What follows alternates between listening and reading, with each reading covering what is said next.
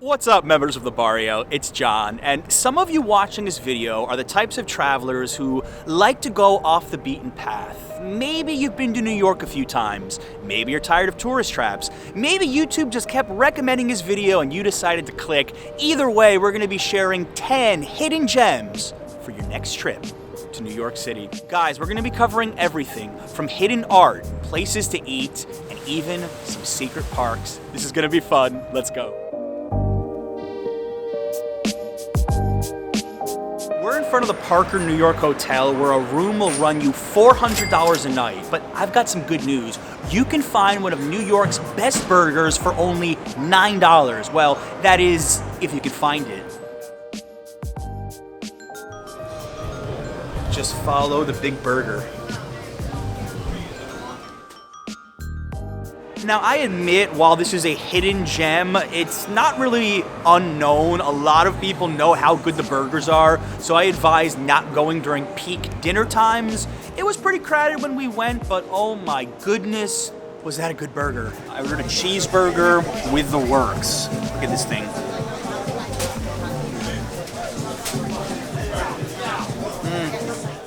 Definitely one of the best burgers I've ever had in New York City, seriously. Team Adriana even got in on the act on this one.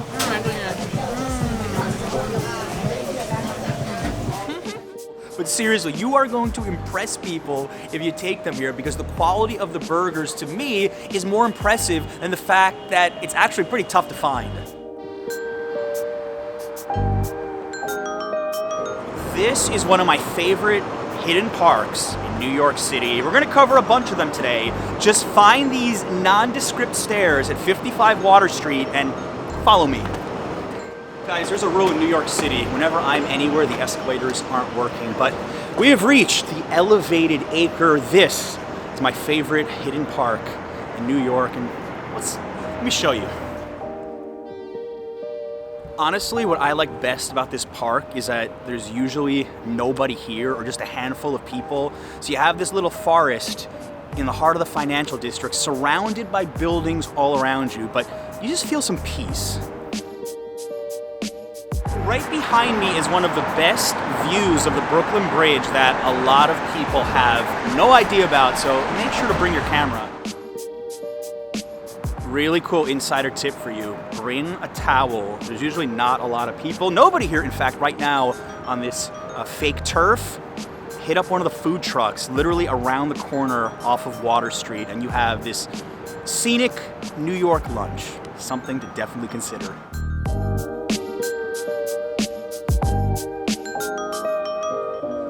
We're in front of the Irish Hunger Memorial dedicated to the Great Irish Famine in the 1840s and 1850s, and this has got to be one of the most overlooked places to visit in Battery Park. In fact, I've lived in New York almost 10 years. I've never even been inside, so why don't we go check it out for the first time together? This is kind of surreal. It's like we're walking inside of an Irish cottage in the middle of the financial district. How did I never visit here, guys? How did I never visit here? It even doesn't smell like New York in here. The grass is from Western Ireland. Oh, it smells good, surprisingly. So the actual structure you're looking at, everything was imported directly from Ireland, including the stones from County Mayo, the grass, and every single county of Ireland is represented inside. I love that, but what this memorial really stands for is hunger around the world, and it wants to remind people about that and to always be grateful for what you have. There's a lot of alleys in New York that are hidden in plain sight, and Washington Mews, right next to Washington Square Park, is one of my favorites because it's open during the day and you can just walk through, and let's show you what's inside.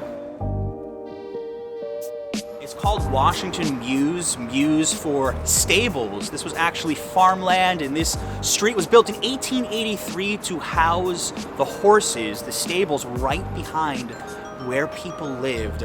And when you walk on this street, to me, it feels like you're just transported back to 19th century New York City, and there's so much history here. Number 9, right here, Jackson Pollock, the famous artist, spent a year of his life here from 1949 to 1950.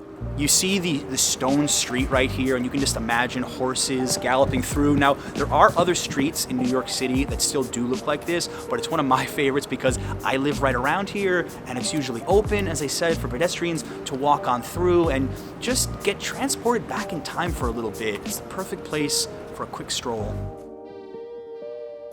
And one more thing, they actually had an apartment from here listed for rental in 2016 for the cheap sum of $30,000 a month. Yeah, I don't know if many of you out there can afford it, but right now it is leased by NYU and used for a lot of their different programs. Guys, I want to interrupt the video real fast to let you know for the rest of November, if you want to join our Patreon and support what we do and get some really cool perks, anybody that joins at any tier is going to be getting a PDF file with the best things to do in New York for the holidays. If you join at $5 or higher, I'm going to send you a handwritten postcard from New York City anywhere in the world. Just wanted to let you know, details in the description. Sometimes the best art is left in plain sight, and right behind me is a piece of the Berlin Wall. New York City has just 4 pieces scattered throughout. This is located next to the harbor at Brookfield Place, an interesting spot to go shopping, but if you head out, and check this right here. This was actually done by a French painter in 1982 who moved to West Berlin, and he made these head-like structures because they were really easy and fast to make under the cover of darkness. And that was his signature style. And if you're just strolling through this park right here, you can see a piece of history. And after the Berlin Wall came down, 40,000 pieces scattered throughout the world. This one right here, though, is open to the public. Most people have no clue it's even here, but it's got a very important message about the unification of societies, and I think it's just the definition of a hidden gem. Acre Park is one of 2 urban parks in Midtown East that are absolutely amazing, and a lot of people don't even realize that it's right here. Now, you can hear the waterfalls from the outside, and when you turn into the park, even at night, it's illuminated, absolutely gorgeous, the perfect respite from a busy day in Midtown. Just come in there, sit down, eat a meal, enjoy the peace and quiet that honestly is really tough to find in this part of Manhattan. Now we're going to show you another park just a few blocks away.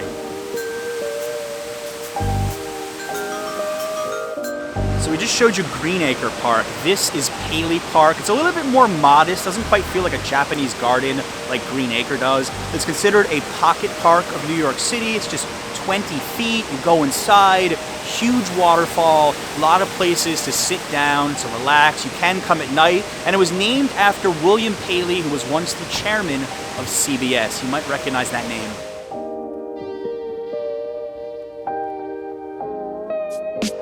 These murals could be on display at any museum in the world, and they're yours to see for free inside the subway if you just know where to look. The Marine Grill murals are special. They used to be housed in the basement of a very famous hotel called the McAlpine, which opened in 1912 in Herald Square. And these murals hung for diners to see. This was a luxury hotel, and this restaurant had murals of ships crossing the Atlantic. It was at a time when New York City was most well known as one of the busiest ports in the entire world, and it's just a step back in history. You take a closer look at these murals, the fine details, and it's amazing that they're inside of a subway, and as I said, not in a museum. So the next time you're at the Fulton Street station, try to find them. Trust me, it's worth it.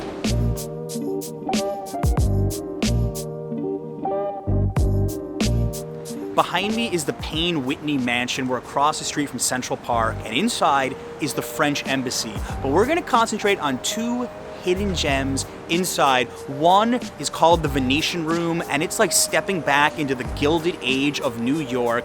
It was created in the early 20th century and then sat dormant for a long time until it was restored and opened to the public in 2018. So if you step inside the French embassy, peek your head into the Venetian Room and just stare at some splendor of New York City in the past.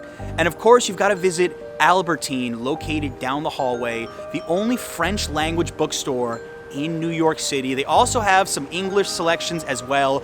Go to the second floor and check out their celestial ceiling.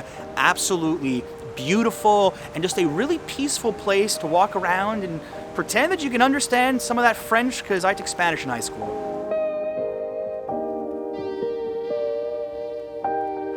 From the outside, it's a pizza place, but on the inside, Taste of Persia is some of the best Iranian food in all of New York City, and we're gonna go check it out for the very first time. When you walk in the doors, you see a pizza place on the right, you turn to your left, and there's this little counter, but I assure you, you're in the right place.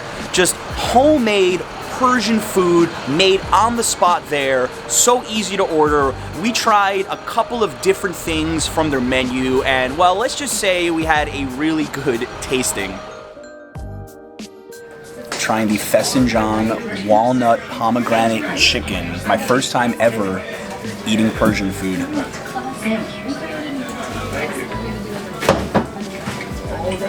And it won't be my last. Just the slightest sweet flavor. You can taste that pomegranate mixed in with the walnut. So tender, so good. The food was so flavorful. I am definitely coming back. I am happy that I came here. Happy to share it with you guys. All of the online publications were right about Taste of Persia. Definitely put it on your list for a quick meal if you're in Lower Manhattan. Members of the barrio, tell me down below in the comments which one of these hidden gems you are most likely to visit. New York is just full of surprises. You just have to know where to look. Special thanks to my camera guy Ben for doing a great job. Check out our other New York City playlist, link down below in the description. Thank you so much for watching as always. Until next time. Guys, we have our next hidden gem of the video. It's this empty volleyball court. And yeah.